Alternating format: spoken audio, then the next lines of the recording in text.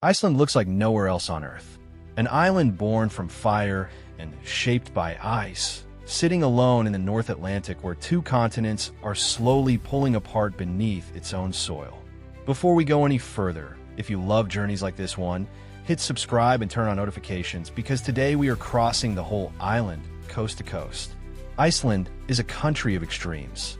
It has more active volcanoes than almost anywhere else on the planet, glaciers that cover a tenth of its land, and a population smaller than many single neighborhoods in the world's big cities.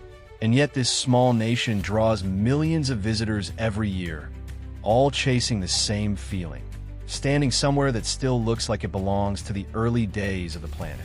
The story usually begins in the capital, a small, colorful city hugging a bay beneath distant mountains. Streets of corrugated metal houses painted in bright blues, reds, and yellows wind past a striking church whose tower rises like a rocket, its architecture inspired by the basalt columns found across the island. A short walk away, a glass concert hall reflects the harbor light in thousands of honeycomb panels. The city is small enough to cross on foot in an afternoon, yet it holds hot water pools where locals gather year-round, warm even when snow is falling, along with a lively food scene built on fresh fish, lamb, and a national love of hot dogs sold from a single legendary stand that has fed presidents and rock stars alike. Just outside the capital lies the country's most famous driving loop, a circuit that has introduced generations of travelers to Iceland's raw geology. It begins where the Earth itself splits open, a rift valley where the North American and Eurasian tectonic plates are drifting apart, visible as a dramatic canyon of black rock and clear water, once the site of an ancient parliament held in the open air more than 1,000 years ago. Nearby, the ground boils. Hot springs bubble and hiss, and one geyser sends a column of scalding water dozens of meters into the sky at regular intervals, a spectacle that gave its very name to every geyser on the planet. The loop ends at a double waterfall that thunders down 2 tiers into a rocky canyon, throwing up mist that catches the light in a permanent, shifting rainbow. But the Golden Circle is only the beginning. Along the south coast, waterfalls fall directly off cliffs that were once sea edges before the coastline retreated, allowing visitors to walk in a full circle behind the curtain of falling water. Further along, black sand stretches for miles beneath towering basalt columns stacked like a giant staircase, where the Atlantic throws unpredictable and powerful waves onto the shore. Just offshore, sea stacks rise from the water like frozen trolls caught by the sunrise, according to local folklore. A small village nearby serves as the gateway to one of the country's most active volcanic systems, one that shut down European air travel for a week in 2010 with its ash cloud, and to a jagged black volcano crater ridge that has become one of the most photographed hikes on the island. Inland and to the east, glaciers dominate the horizon.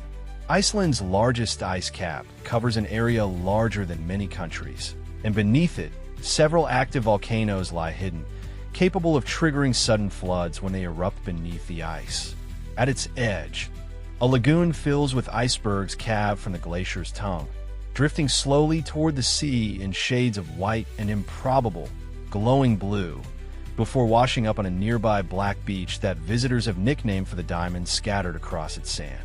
Boat tours weave between the floating ice, and seals often surface nearby, entirely unbothered by the visitors drifting past. The eastern fjords feel like a different country entirely, quieter, greener, dotted with small fishing villages tucked beneath steep mountains, where reindeer roam wild and traditional turf-roofed houses still stand, their grass rooftops blending into the hillsides behind them. Life here moves slowly, shaped by the sea and the seasons, and the towns feel far removed from the crowds that gather around the island's most famous sites. In the north, a second city rises at the head of a long fjord, often called the capital of the north, with tree-lined streets, a striking church perched above the town, and a botanical garden that manages to bloom this close to the Arctic Circle. Nearby waters are among the best places in Europe to watch whales in their natural habitat, with humpbacks, minks, and occasionally blue whales surfacing close to small boats that set out daily from a village built almost entirely around the whale-watching trade. Further along the northern coast, a horseshoe-shaped canyon of layered rock walls was carved, according to old sagas, by the hoofprint of an eight-legged mythical horse.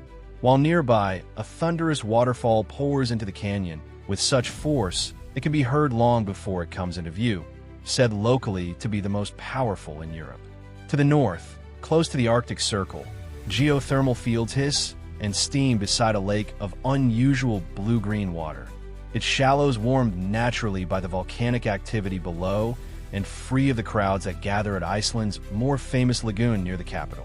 Craters, lava fields, and boiling mud pools surround the area, giving the landscape an atmosphere so alien it has stood in for other planets in film and television more than once. Out west, a peninsula often described as Iceland in miniature packs nearly every landscape the island has to offer into a single stretch of coastline. A snow-capped volcano crowns its tip, rumored in certain corners of popular culture to be a source of hidden energy, its glacier visible from great distances across the water.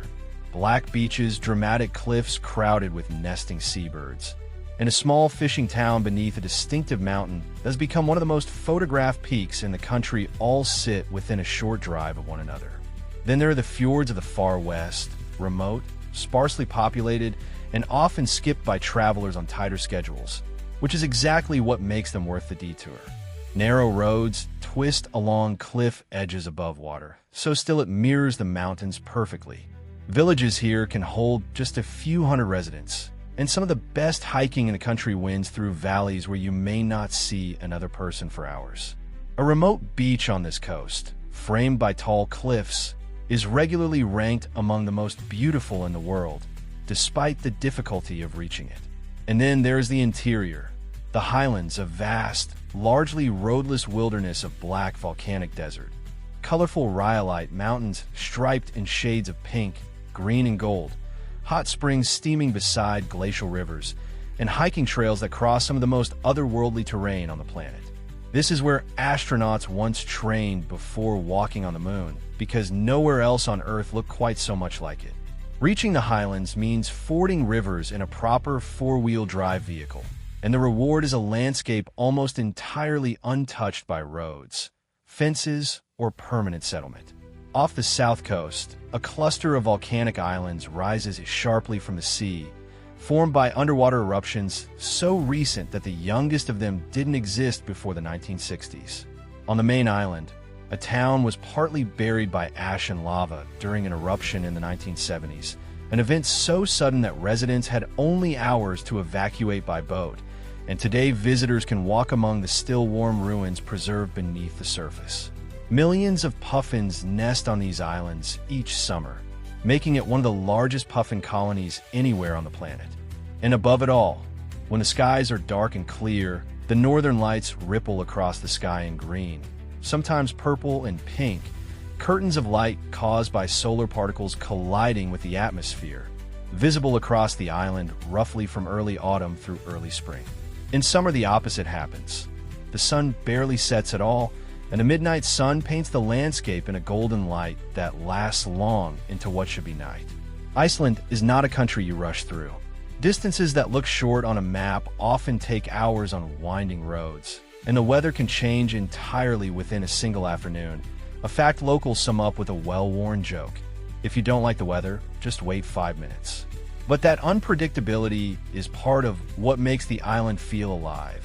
Geologically young, still shifting, still growing, a place where the raw forces that built every landscape on Earth are still visibly, audibly at work. That is Iceland. Fire beneath ice, silence beside thunder, and a coastline that never stops changing. If this journey gave you the urge to see it for yourself, let us know in the comments which corner of the island you would visit first. And if you enjoyed exploring Iceland with us today, leave a like, subscribe, and join us for the next journey.